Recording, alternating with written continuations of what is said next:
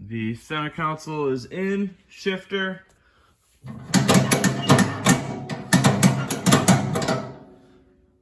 Nice and easy access, sitting in the seat with hanging onto the wheel. It's right close enough, but not too close where you're going to be hitting it while you're steering with the wheel. So happy with how that turned out. Got the switch panel all put in here. So that's all mounted now, and seat fits all back in there. I don't have everything all bolted up, but the harness bar is all in. And yeah, now we can move on to the next thing. So the next thing is going to be still finishing controls off. But before I can do that, the control brakes and pedals need to get gas pedal needs to get mounted in there now. But before I do that, I need to get the motor back in here, motor trans and exhaust, because the exhaust comes really close. And I was looking at pictures from when the motor was still in here. It comes really, really close in this area.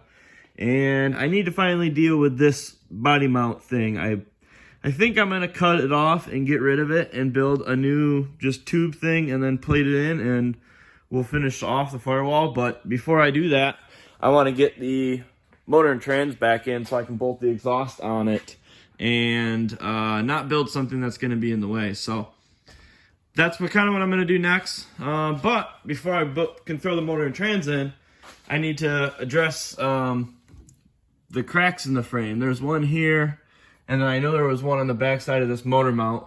I need to address those and weld those up quick before I throw this motor and trans in. I don't know if I have to pull the motor and trans back out again or not to be able to weld anything up here when I make this last firewall piece and go to put the brakes up in here. But if I don't have to pull it, I want to have that welded up. So that's what I'm going to work on next, welding up the cracks in that frame, and then we'll get the motor and trans going back in this thing. And then from there, we can start working on that last firewall piece. So got to do that on both sides. That side obviously doesn't have to have the gas pedal and brake mounted, so a little bit easier. So I'll probably work on this side first, get that knocked out. And then once we get that done, it's a couple more little pieces of panel and getting really close to wrapping this project up. So let's, I guess, get busy again.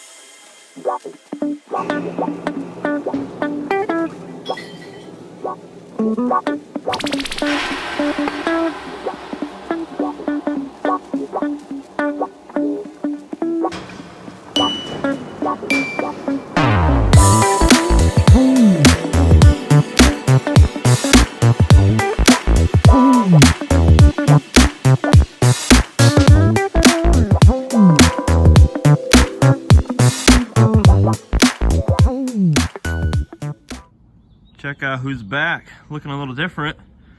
This Jeep is back. You might, if you've watched my videos, you might recognize this thing. This thing has been at the shop a couple different times for all sorts of different stuff. Shocks, generally suspension stuff. This is the, it used to be burgundy, then it was white and green, and now he's got it all wrapped again. This is the 6-liter two-wheel drive beamed XJ, fully back halved. So, pretty dope Jeep. He just got this thing wrapped, and he's up for the first trip of the year. So it's Saturday.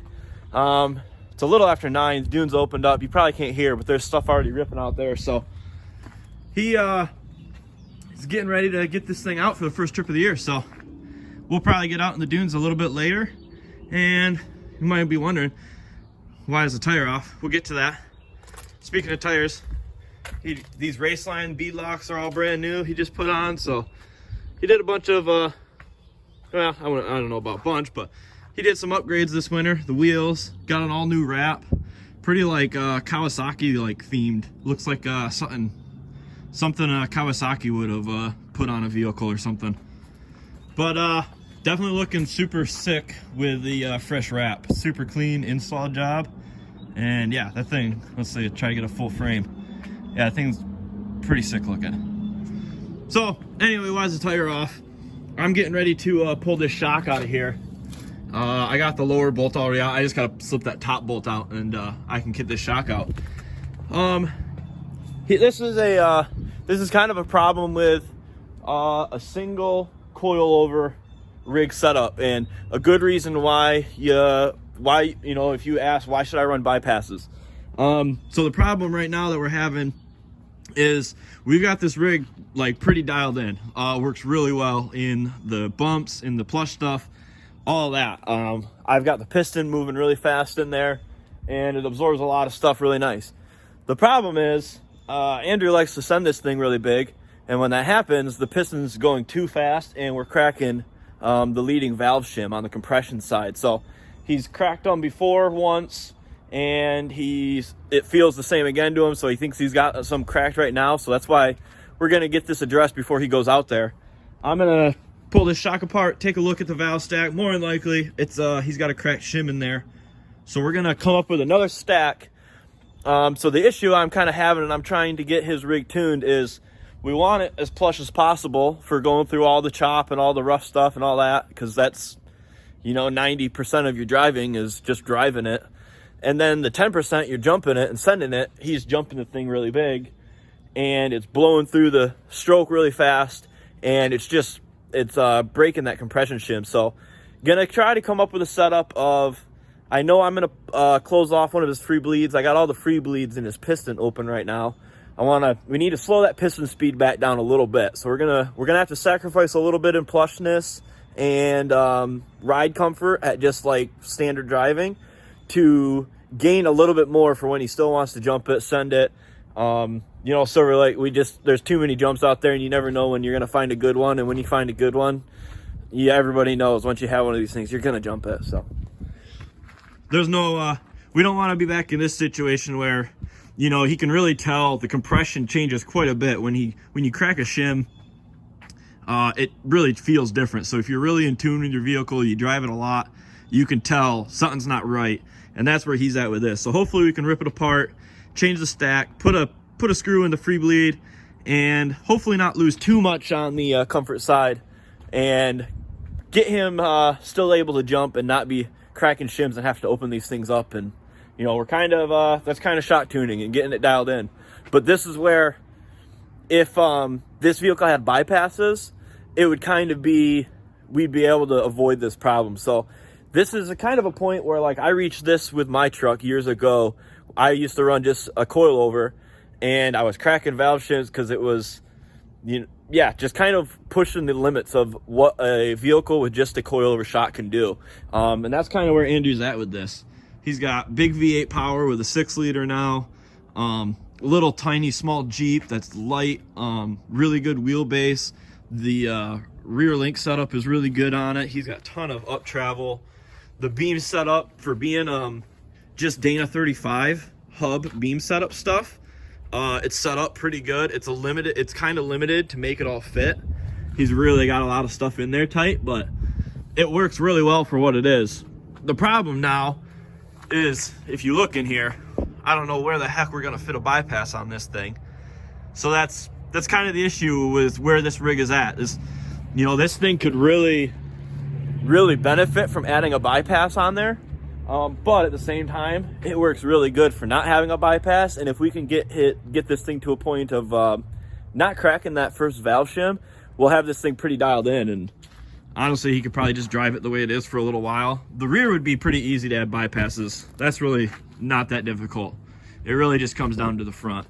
But the front is what we're having the issues with. You got a lot more weight up here. The rear, that's working well. It's the front that the amount of dampening we're trying to do to control this weight up here. It's just a little much right now for the setup we have in there. So anyways, enough rambling. I'm gonna get this shock pulled off, start going through it. Figured I'd go over a little bit of kind of a Saturday at Dune Hippie Machine and during the season. So dunes are open. I'm gonna get this thing set up and get it all set up and probably get my truck out, and we'll head out in the dunes with both of them and see what we got with this thing. So maybe we'll do some filming and try to get this rig running around and show you some shots. So yeah, we'll get after it.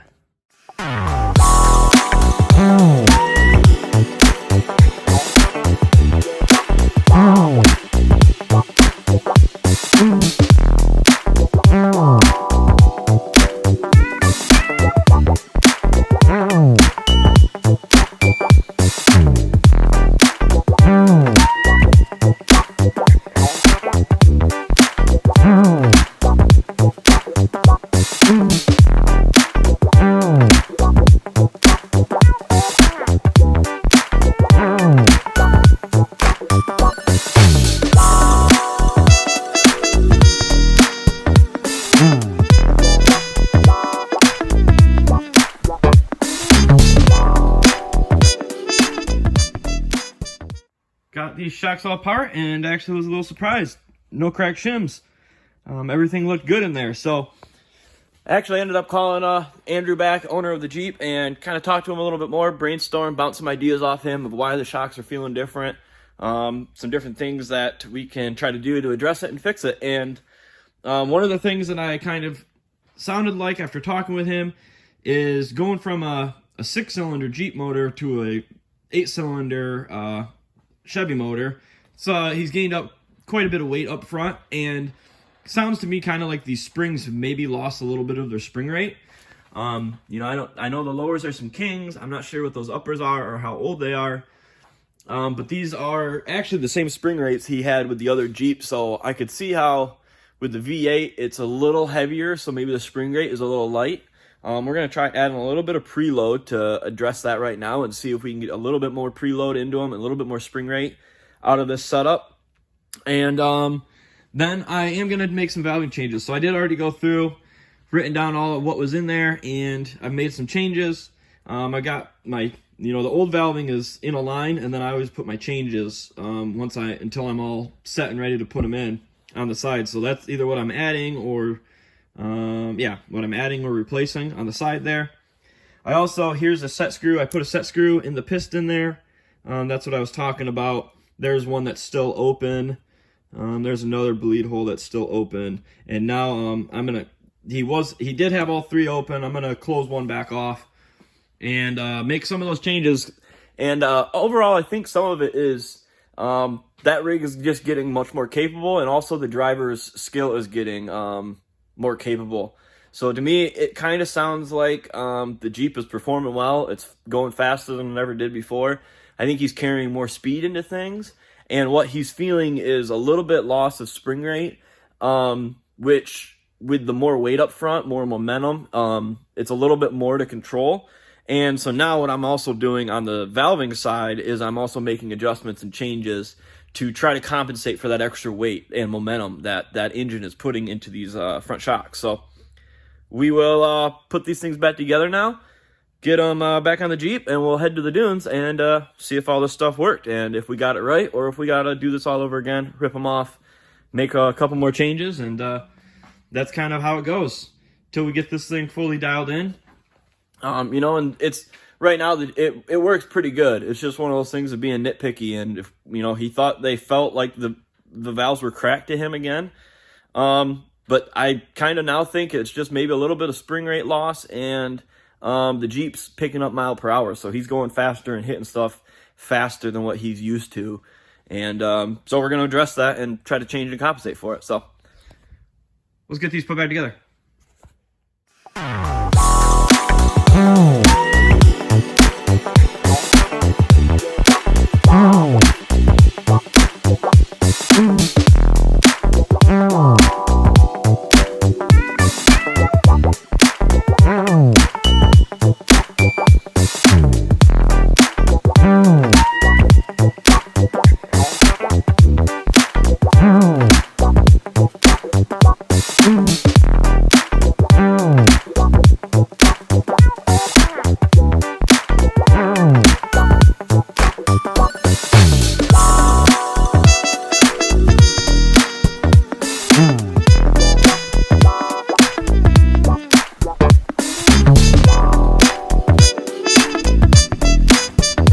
Well,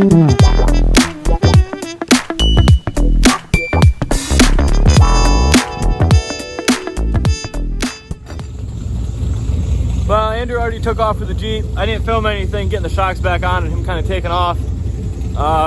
We're too antsy. We're ready to go to the dunes. So he had to go to the gas station, get gas. That's what I'm doing right now. My truck's fired up.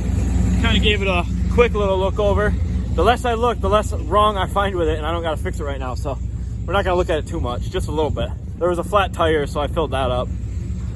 Check the fluids, and we're going to head out. I got to go get some gas, and then we're going to meet up with Andrew, watch that thing run with the changes we made. But also I texted Will, who's also got a beamed XJ that's 6-liter swapped, the dual swing steer one that I built for. He's gonna head out with his XJ as well, and I'm gonna see if I can get some clips with the two of those things running together. So 2 beamed XJs, one's 2-wheel drive, one's 4-wheel drive. They both have 6 liters. They both rip, they both are sick, so hopefully we get some cool shots. Let's go. All right, made it out to the dunes. I'm out ripping. I'm waiting right now for Andrew to come ripping by, film this bull behind me, as you see up there. Hopefully he comes by here soon and I can get a shot of him carving that thing up there with the Jeep. Will already broke an axle shaft in the parking lot, so he's not out today. We aren't gonna find him, but hopefully we get him coming by here any minute.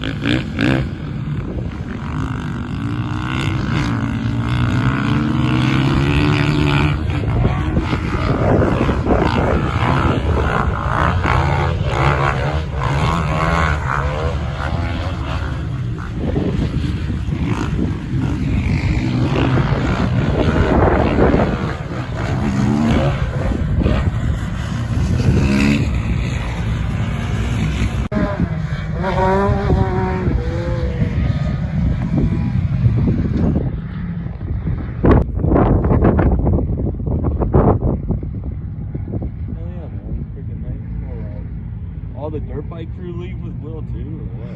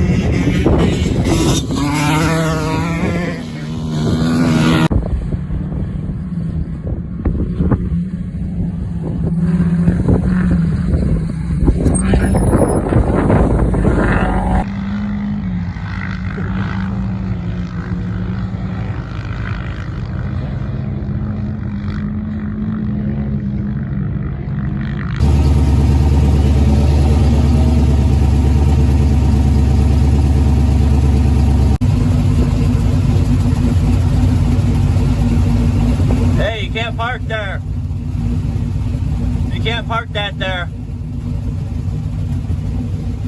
That's not the best of days. That's not the best of days at Silver Lake.